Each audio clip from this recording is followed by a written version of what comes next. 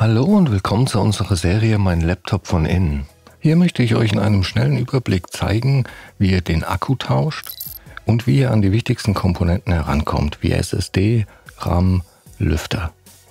Ich zeige euch dabei das Innenleben des Laptops. Ich zeige euch auch, was es an Tipps und Tricks noch gibt, was ihr vielleicht beachten müsst. Und dass es im Grunde genommen nicht so schwer ist, einen Laptop aufzuschrauben und an die einzelnen Komponenten heranzukommen. Legen wir los.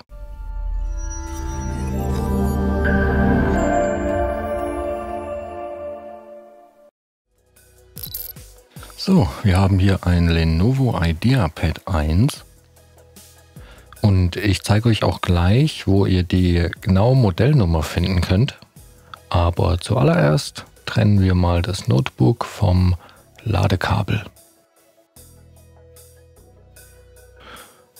Generell kann man zu dem Gerät noch sagen, dass ein Displaytausch ziemlich einfach ist.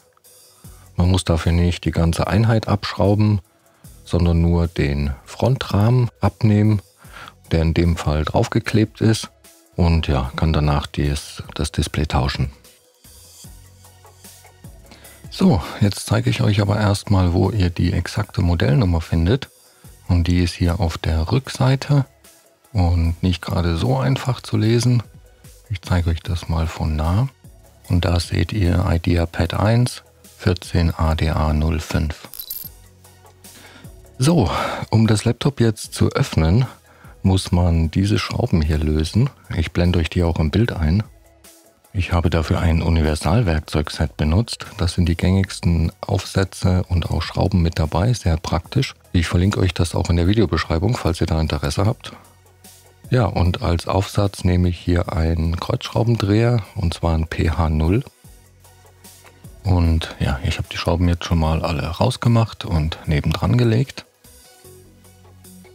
So, dann wollen wir mal schauen, wo genau das Gehäuse eigentlich mit der Gehäuseunterseite verbunden ist. Denn da müssen wir dann rein, um es aufzuhebeln. Und hier zum Beispiel kann man das sehr gut sehen. Zum Aufmachen des Gerätes benutze ich hier einen dünnen, flachen Metallgegenstand. In dem Fall fange ich jetzt mal auf der Geräterückseite an. Und dann versuche ich, die Gehäuseunterseite ein bisschen nach oben zu hebeln. Und ja, das laute Knacken gehört dazu. Das ist einfach, wenn die Unterseite aus den Einraststellen gelöst wird. Dann knackt und knirscht das manchmal, das ist aber normal. Und ja, dann kann man eigentlich auch schon mit der Hand meistens drunter fassen und das mit ein bisschen Rütteln und hin und her bewegen einfach abziehen. So, jetzt da wir die Unterseite gelöst haben, könnt ihr sie auch mal von innen sehen. Und so sieht dann das Gerät von innen aus.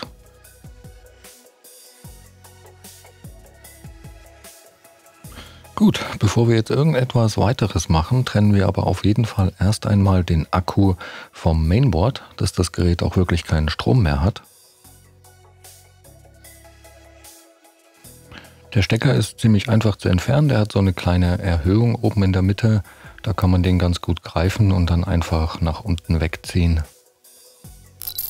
Um den Akku jetzt herauszunehmen, muss man eigentlich nur diese beiden Schrauben hier und hier unten lösen. Das mache ich mal eben im Schnelldurchlauf. Und dann ja, kann man den Akku einfach nach oben hin aus dem Gehäuse nehmen. So, ich lege den mal schnell auf die Seite, weil dann kann ich euch nämlich auch noch das Touchpad zeigen. Das ist genau hier. Und auch das kann man einzeln tauschen. Dazu muss man nur die 3 Schrauben hier lösen und danach das Kabel auch noch entfernen. Das Kabel ist hier an einem Kippstecker befestigt, also nicht einfach rausziehen. Den muss man erst nach oben klappen. Und dann kann man das Kabel super einfach rausziehen. Und ja, wenn man das wieder reinmacht, einfach darauf achten, dass es richtig drin steckt. Da gibt es hier diese schwarze Linie und die zeigt eigentlich an, bis wohin das Kabel wieder im Stecker sitzen muss. Danach einfach zuklappen und erledigt. So, hier drüben sehen wir die SSD. Das ist in dem Fall eine verkürzte. Bei einer längeren wäre die Schraube hier unten. In dem Fall ist sie hier oben. Und um die zu tauschen, ja, muss man einfach nur diese Schraube lösen. Und dann kann man die SSD nach oben hinten wegziehen. Und dann einfach umgekehrt wieder einbauen. Eine Besonderheit an dem Gerät gibt es noch, und zwar hat das keinen Lüfter. Es hat dieses Kühlblech, was für generell einfach eine leichte Kühlung sorgt, aber es hat keinen Lüfter an sich. Dadurch ist das Gerät sehr leise, kann aber auch im Gegenzug nicht mit so viel CPU-Power arbeiten. Ja, dann sehen wir hier noch das WLAN-Modul mit den beiden Antennen. Und ja, hier vorne sind noch die Lautsprecher. Gut, dann machen wir das Gerät wieder zu und vorher natürlich den Akku wieder rein. Ich werde jetzt hier mal das Kabel zuerst mit dem Stecker verbinden. Das ist gerade ein bisschen einfacher. Und den Akku danach an seinen Platz legen.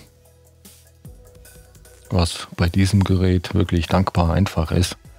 Danach kommen einfach bloß die Schrauben wieder rein. Da gibt es nichts weiter zu beachten.